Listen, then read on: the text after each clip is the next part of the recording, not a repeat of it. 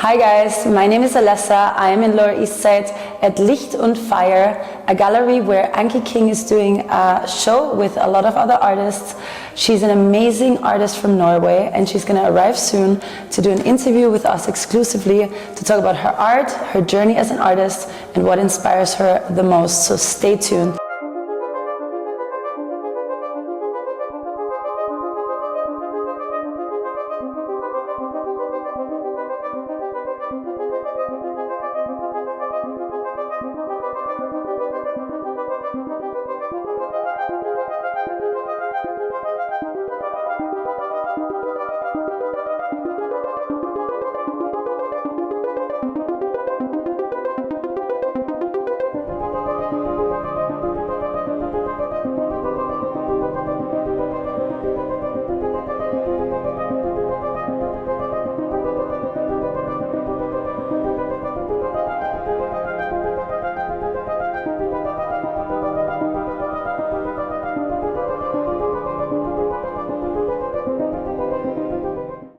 Anki King, such a pleasure having you here with us in Lower East Side of New York City.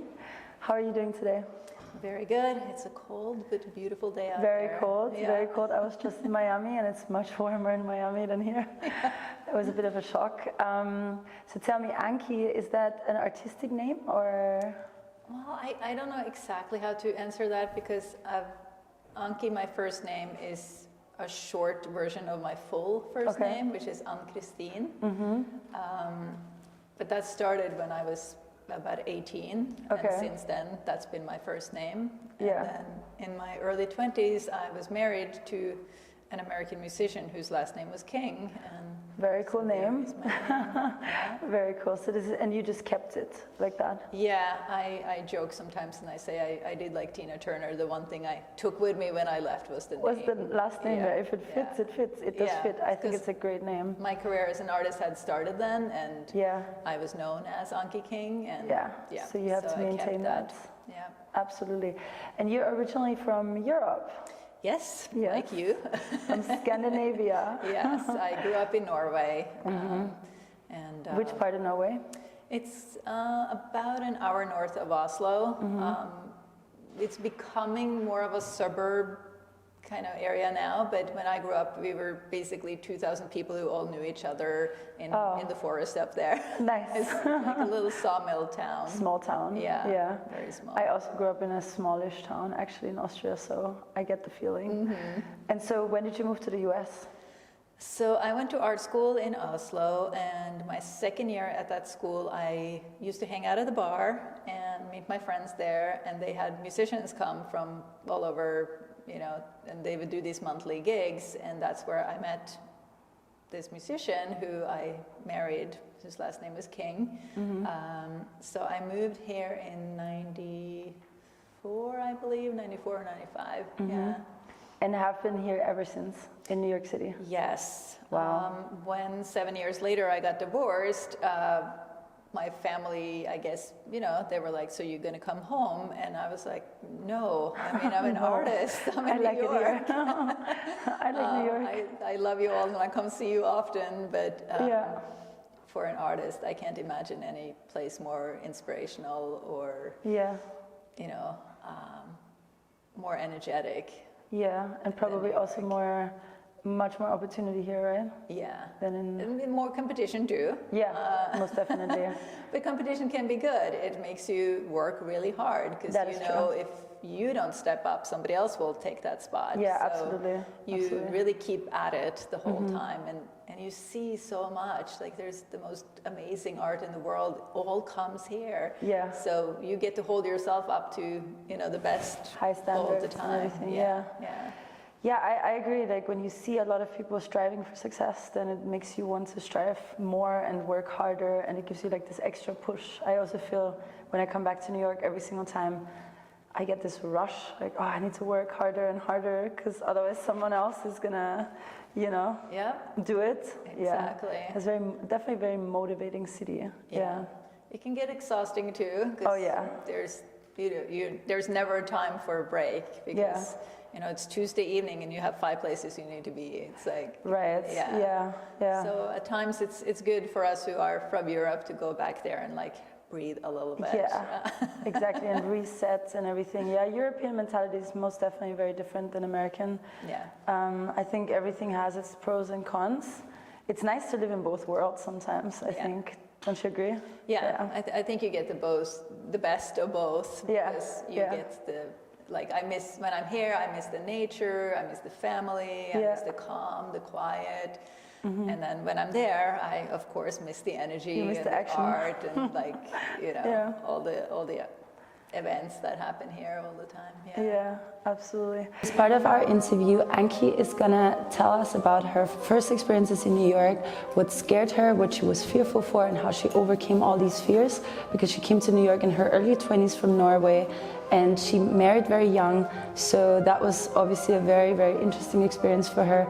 So she's gonna tell us all about that and how she overcame a lot of struggles and the fears in her life. So walk us through your art journey from when you moved here, married to Benjamin King, up until now. Like, what stages did you go through? What were some of the highlights of your career? Basically, what inspires you? And we can go through it bit by bit. So how did you start out after art school? So when I came here, I felt still very much as a student. And of course, you learn later that you're always a student when you're an artist. You were pretty young when you moved here, right? Yeah, so I was in my early 20s. And I got started on my art journey in Norway a little bit late. I was going to be an accountant because that's where the safe jobs were. Yeah. I didn't know any artists. I wasn't exposed to that world at all. I didn't really, in many ways, realize that that was something you could be. I think from school, we would go to museums, like we would have a trip to Oslo once a year. And all we wanted to do was, get done with these old dusty paintings we would see in museums and go get pizza. Yeah. And so in my mind, I think like artists were dead and they were just in museums. But I always loved to draw, and I would draw I would do portraits. I was really good at copying, so I could see a picture and I could copy it really well, which is always impressive for people. And I would do portraits, and I just really liked it. So after going to school to become an accountant, it started going not so well. I was definitely losing interest. And then, in Scandinavia, like most of Europe, education is free. So I decided I was just going to take a year of doing something more enjoyable and go back to what was more practical arts, which was like sewing, and there was a little bit of painting, drawing. And that's when I got introduced to painting and tried oil paint the first time. And I was like, whoa, this is amazing. Yeah. And then I was like, I was going to go back to those studies, but I'm going to do a second year with this because this was really nice. Yeah, like you would enjoy it. So I did a second year, and then after that I got into an art school in Oslo, which is a 3-year program, which is kind of like a bachelor's or, Yeah, bachelor's of the arts. And I think the second year of that school, one of the instructors was like, only 10% of you will continue doing art after school, something like that. And I was like, I'm going to be one of those. Yeah. And then I was like, oh my God, what's happening? Yeah. Like, I never planned this. This was not, But that's what I've done ever since. So, and then I met, Benji. I moved here. And then I didn't know what to do. I came here not knowing anything about the school system. I was, other than him, I was kind of alone. He'd never gone to college either. He'd been a musician his whole life. What kind of musician was he? He was a piano player. He could do anything. No, it was pop rock. Pop rock. Wow, nice. Must have gotten some cool concerts. Yes, we went to many concerts. Nice. Traveled a bit in the States and. But you learn pretty fast that it's a little less glamorous than you might imagine. It's a hard knock life. A lot of boring hotel rooms, and but it was definitely an amazing experience for me coming from that small town in Norway. Oh, yeah, absolutely, right. Yeah. It was like total starstruck. Yeah. Yeah, it was amazing. Amazing. But then I found an art school here, which was sort of just a monthly, you pay per month and you get to pick your teacher. Okay. And I went to very like traditional, realistic painting classes until I painted 2 paintings in a row that came out exactly how I wanted them to be. I was like, okay, now I have the skill. I can choose to go this direction and just be really good and impressive at making things look very real, or I can use this for something maybe more personal, something different. And I felt drawn in that direction. I was like, it's great to have skill, but I want to use it for something else. I don't know what that is, but I'm going to go to an abstract class now, and I'm going to try to figure out what to do with what I now know. And so I sat there just completely frustrated for several weeks, not knowing what to do. Yeah. And so I was always, I like taking photos, and this was before digital cameras, so I was running around with my teeny little, camera shooting film. And one of the things that I noticed when I came here was I had never really seen homeless people before. Yeah, me neither. Yeah. And I was scared. I was like, what is this? Why are they here? Why is this happening? I was more shocked. I was kind of like, wow, I can't believe how many people don't have a house to live, And they were young people, they were old people. I'm like, we take care of everybody. There's a lot of like, people why too. is this happening? So part of me was, I was scared. And I kind of conquered that by processing that through making paintings of them. So I would photograph them and then use the photographs as my sketches, basically. Right. And because I had no zoom lens or anything fancy on my camera, I basically had to go up to them and talk to them to ask, can I take a picture of you? Yeah. And in doing that, I got to know several of them, and I found out they weren't so scary after all. No. And I started feeling more safe just moving around in the city. But it was amazing. It wouldn't matter how down somebody would look, and they would sit there, ask for $1, or and I said, I'll give you a couple of bucks if I can just take your picture. I'm a painter. I'd love to, Almost no matter what, once they got that $1, they would sit up and they would go, oh, really? Wow. and I'm like, no. No.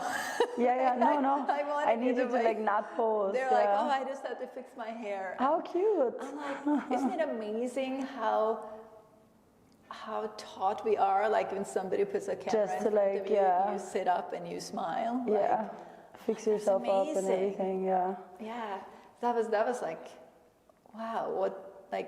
What we learn probably as young people, like how strong that's in us, even though you're Yeah, definitely. you just shut up and you're sitting like this, and you're still gonna sit up when somebody puts a camera on you. That was amazing. Their moment to shine, Yeah. You never know. Exactly. But a lot of these people end up in these situations because of bad luck sometimes, and then malfunctioning system. They get sick. That's why I wasn't even scared. I was more shocked, actually. Because I was like, how can this happen? Yeah, why do we let it happen? Yeah, It's still baffling to me. Yeah, absolutely. Completely agree. But so I started taking photographs. That was the beginning. And then it started being photographs of people closer to me. So, I was young, we were partying, there were, a lot of good times. I got to know a lot of young people at this school, and we were, so then the painting started just being lots of, people hanging out. And the figure has always been like my love. Like I can't say why, but I just, no matter what I do there, a figure shows up in my work. Yeah. But then slowly I started, as I was then going through the divorce and things were changing, I started pointing the camera to me. Because I had pretty much lost myself. Through when you were going through the divorce or in the relationship. Yeah, through that whole thing. And, I was then probably in my early, like right around 30. And I think people go through this anyway around that age. Like you really you know, I've had a lot of fun. There's been a lot of this going on. It's like a bit now, of a like, crisis. Who am I? Yeah. What am I going to do next? Exactly. Because I feel like at 30, so much is expected of you then. Yeah. You know, when you turn a big 30, like you fall into a different category. Like every application you do somewhere, it's like until 29, and then you're 30. Not in your 20s. In 30, you're in a weird bracket all of a sudden. It's like you're still so young, but you all of a sudden you've moved to this strange bracket now, and it's like, wow, you know, pressure's up. Yeah. So, and you also thought maybe you were going to do all these things by age 30, and you're looking back like, oh, I didn't get to and it's also society, I feel like, because we have so much social media where, you know, we can see what other people are up to at age whatever X, you know, we can compare ourselves way more to, oh my God, this person has become a millionaire under 30, and this person is doing that, which is bad. Yeah. Should not be doing this.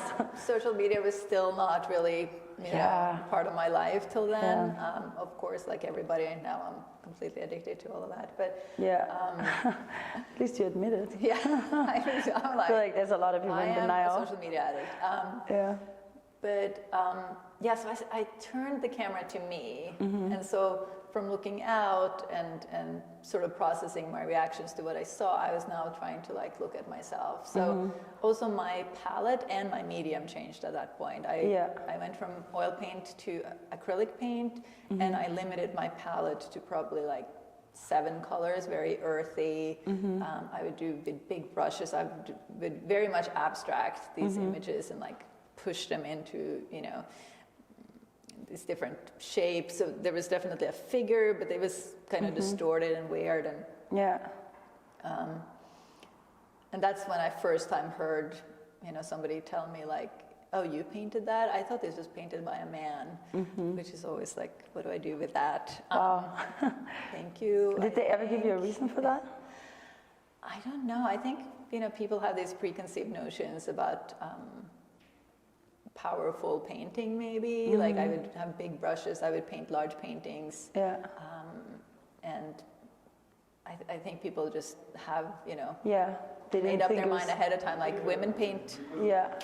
So they didn't think like that it was going to come from you. Such an expressive, big piece of art. Exactly. So strong and such a strong standpoint, basically. So, that was also like one of those things. I still think about that, and I'm like, what do you do with those kind of things? Like, do you try to teach people? Do you say thank you? Like, how do I interpret this, right?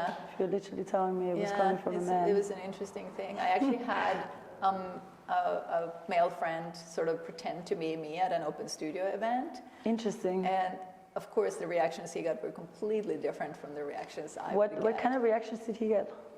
Well, the women were just like, oh my God, like loud. And of course, he was good looking too, so.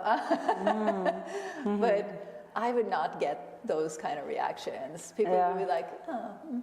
Wow, that is crazy. So it freaked me out so much I couldn't like be in the room. I had to be like, oh my God, no, I can't handle this. So some interesting things with that. Wow. And then you can see how much it is actually about the artist as well, not just the painting and like the presentation. It's kind of crazy, right? No, but it's like this in many things, though. You know, let's say real estate or something. I always feel like if a man presents it, like they take it more seriously immediately, unfortunately. But it is a thing. It's still a thing, unfortunately. You know, and especially if you're not a bad-looking woman. I mean, I studied politics, and I remember in politics nobody took me seriously for a long time because you know, you're a beautiful blonde. no, because I'm blonde, you know, and most people are like, she's probably an airhead, you know. So it's I was in a panel it's a problem. Once, and we talked about, you know, for a young woman, how difficult it is to be taken seriously. And the struggle when somebody comes to your studio, are they coming to see you, or are they coming to see your art? And so far, the only solution I have found is getting older. When around 30, 35, you're starting to know that they're coming to see your work. And I was really relieved. I can totally, I think this is an important topic to just mention in the arts or in any kind of, you know, music, arts, acting, hosting, whatever, even real estate. It is an issue still. Like my friend literally told me, get an engagement ring, a fake one, because then you know, Yeah. at least there's a buffer, Yeah. like somewhat, you know. I've traveled by myself a bit, and I get. And you did that? I did Yeah. that. Yeah. Hey, you gotta keep safe, you know. And you had to balance. It is so much work. This balance that you have to between, you know, being nice. Yeah. And But not being being- polite, but not too nice. 'Cause Yeah. Then, like you constantly like be on this like Yeah. edge. Oh, so much work. It's really a lot of work. And- I really wonder if men go through it like we do. Right. I wonder. Yep. You know? Yep. I'll probably never know 100%, but I definitely wonder. Yeah. Yeah. So, you know, there's something I'm wondering about, and that is like when I look at your art and everything, what actually scares you? Like, is there any fear that's like inside of you? Oh my gosh, I could probably write a book, which I won't do, so I make paintings instead. Yeah. No, I was a very fearful person as a young person. I was very shy, and I had to practice a lot to overcome that. And I don't even know where I made this stuff up, but I would do things like I would walk along the road, and part of my self-made practice was looking people in the eye as they drove by. And this was so hard for me to do. I would be like, I could only do it every few cars because everything would just tie up in me, and it was. And you were trying to challenge yourself by doing that? Yeah. To overcome your shyness? Just to look at somebody as they drove by, Yeah. to me was just insanely scary. Yeah. When I came here to New York, everything was scary. This is I scary once, though. and of course, like I'd learned English in school, I kind of spoke English, but I didn't feel confident. And I'd lived here for a few weeks, and I hadn't been outside by myself yet, and I'd gone with Mr. King across the street to get breakfast many, many times. Yeah. And I knew what he would order. And one day I was like, I'm going to go order breakfast. Yeah. And I got there and I said, 2 eggs and cheese on a roll. And the guy said, what? And I said, forget it. I could not repeat it. Yeah. I was just terrified. Anxiety. So I'm definitely a person, with lots of fears. I've overcome many of them. Yeah. I practiced, Yeah. I made myself sit in front of a camera many, many times. Yeah. Till now I can do it and I don't feel terrible. So you don't feel terrible right now, right? No, I feel Good. I feel good. Good. I'm having a good conversation with you, and Great. I'm actually enjoying this. That's great. So, but it's been a lot of practice, and I think still in me, like for so many people, we all struggle with this. It's the fear of just not being good enough. Yeah. Like, it is. Some people are, That I feel like a lot of people have, especially when you're smart, Oh, well, maybe that's why. Yeah. Right? No, I mean, when you're smart, you think about a lot of different things, right? And then you realize a lot of things. So, and then you always feel like maybe I could have done this better, like I could have done that. This, I could have worked harder, like, that kind of thing. Yeah. So I completely get that, yeah. Yeah. I think, it's a probably a lot of my younger years, there was a desperation of just being loved. Like I'll be anything you want me to be, just love me. Which thankfully, as I've gotten older, I've Calmed been down, able to calm down a little bit and be like, that's fine. I kind of like being by myself. I'm just Also, before, like, you probably had a feeling of being alone is not a good thing, right? Oh, I was way over social. I was desperately social. Yeah, like fear of being alone and everything. And being, then you realize like, oh, I'm actually an introvert and I really like being alone. It's great. Yeah, interesting, because it seems more like you were an introvert, but you need to be around people to make you feel I call good a little bit. myself a social introvert. Yeah. But being around people, I love it, but it also can be really exhausting for me. Oh yeah, so you need to go home and recharge after a while, right? Absolutely. Yeah. But it took, a long time figuring that out. I was like desperately out there and like hanging out all the time and partying and drinking and being so scared. Again, fear, I was so scared of being lonely. And then at some point, when you allow yourself, like, I think meditation helped me through a great part of that, where I was okay with just sitting by myself. And it was hard, but then once you like get on the other side of that, where all of a sudden you're like, I'm okay, like being. Yeah, that's the thing, right? I feel like the fear and the fear of failure is one of the most limiting emotions that humans can feel, and it can like really hold us back. So sometimes the fear is the worst thing in itself. Like the other thing isn't even that bad. It's just the fear. You know, like getting a vaccine is not that bad, even though I hate needles, I'm super scared of it. But the fear before it is worse than the actual vaccine. You become scared of the fear. Needle like or something, And that's what gets all of us. Like I developed a bit of fear of flying after a really bad I had flight. that too. And I'm like, I'm so angry at that fear. I'm like, damn it, I'm not going to let that win. And so thank God for some drugs. I've flown, I'm sure, 100 times since that experience, and I'm just not giving up. But I don't think I'll ever be comfortable flying again. But the drugs helped me like not completely freak out, because I would just hyperventilate. For me, same story. Had a bad flight once, and ever since then, super scared. But then I, educated myself, talked to tons of like, flight attendants, sometimes even friends that are pilots, and educated myself. It's gotten easier knowing how well it works in 99.9% of the cases. I know that just about any other way of traveling is way more dangerous. But it's hard to still talk weird. your brain into, it's still weird. Sanity when, there's definitely, I don't know if there's, there's also just a general fear of what's going on in the world, separation of people, like the extreme, illnesses and all these things. So I think last year that was the main topic for everybody. Politics and COVID. So do you think what you just told me is coming out in your paintings? Like you were kind of hiding from people, but you still wanted to come out.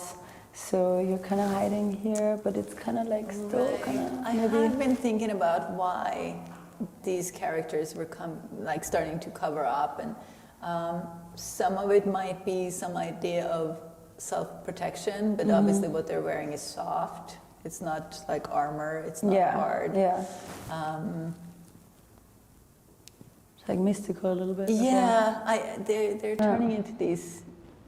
I'm very curious about them too. They don't seem.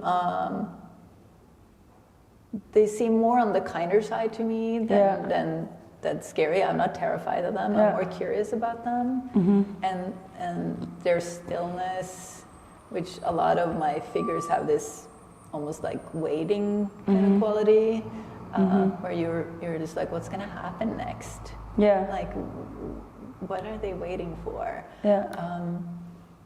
No, so I don't think they're particularly tied to fear. Maybe more.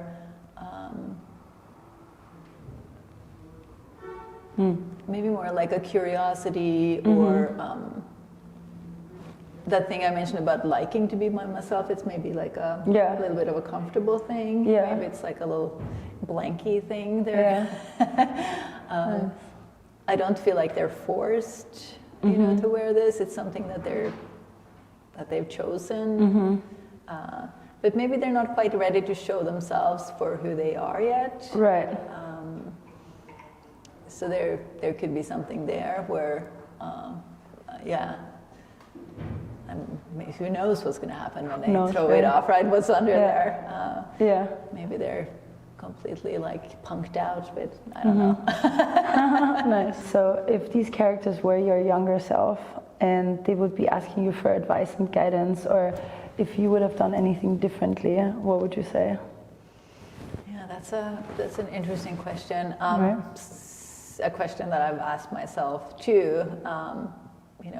Of course there are things we could have done without, but in some ways then we wouldn't be who we are now. So, the difficulties I've gone through, I can't say now that I would choose not to have them. There's more things that I wish would have would have happened that didn't happen. Like what? Dreams, you know.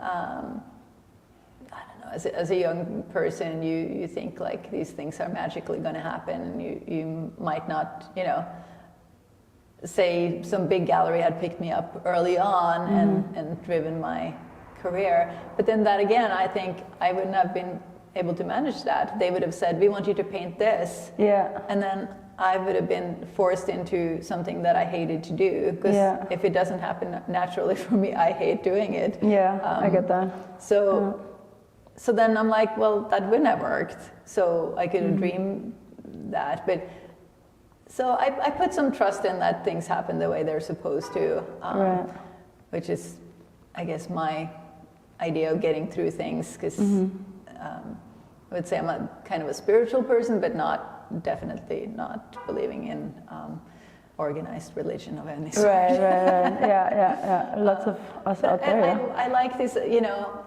that these paintings even happen to me is completely bizarre and magical and fantastic. And if that can happen, then, you know, there might be things out there that that I don't understand, that I could maybe lean into, or, you know. I like mystery. I like not knowing everything and having a certain sense of like, it just makes me feel like there's that there might be some magic out here in the world. You know, I can't put my finger on it, I don't understand it, but that's okay. Yeah, that is okay. Very, very cool. I love it. And so, as a person, who do you want to be remembered for? Like, yes, what do you want to be remembered for? Big question. I'm thinking only maybe big questions here. Yeah. Which is good, because it makes you think about big answers. Right? Challenges you. Yeah. The way I feel, at least right now, is as an explorer. I go into these things trying to discover things or find things, or I feel like, you know, that sounds, you might think then go traveling far, but this is traveling in, traveling deep, traveling, you know, it's a different way. But I feel like, if I could be remembered as an explorer, I think that would be ideal. Amazing. I like that. Yeah. Explorers are very fun and interesting people, because they're never stagnant. Right. And There's always new things moving to around, find. learning. Yeah. I'm always curious to, you know, both out there in the world and talking to people and in the work. Learn like about people and everything. What is this? Why is it this way? Like, what happens when I do this? And every painting starts in a different way, and I'm like, wow, new territory every single time. Like, it's always challenging, but in the best ways. I love that. That's really cool. With our talks, like, what advice would you give your younger audience, maybe newer artists, on how to develop your own style, how to develop your own brand, basically, and to become a better artist? Right. That was a lot of big questions. I know. What advice would you give? I wish there was like an answer that you could just, you know, give somebody and they would be magical. But what do you think? Yeah, I would say like finding some trust and finding trust in what it is that you do, and accepting what it is that what comes out of you, and not trying to push your work into some other area because that is what you wish to do, because that's so cool, or because these people get attention, or because this or that. Like to find some acceptance in what it is that actually you do, and not try to be somebody else. I think that's where you'll find like the uniqueness, what becomes your voice. So be confident with what your art represents and your style and what you can bring to the table. Yeah, and accept what that is, because it might not be what you wish. It might be, you know, like I want to draw like this, and when I draw it comes out like this, and I can push and push and push and try to get there, but maybe I should just look at what it is that I'm good at doing and know that those people could not do what I do. Yeah. This is my voice. And to really find that. I think that's the hard part through learning. You try every which style there is, you try and to sort of try to really pay attention to what it is that sticks with you. Which bits and pieces is it that really fit with you that you can take with you and use later. Yeah. Love it. I love that advice. I think it could be applied to every kind of artist, not just painters or sculptors, but like also music artists, actors. Yeah, whichever. Don't try to be good. Don't try to be perfect. Try to be you. Yeah. I think that's Be yourself. Yeah, and be everyone that else is already taken. Be you perfectly. Yeah. I love it. Thank you, Anki, so much for the interview and for sharing all your wisdom with us. And I'm so excited for your upcoming shows. Thank you. I'm definitely going to attend. To see you there. Absolutely. Thank you very much. Well, thank you so much. Thank you to everybody who made this happen. Of course.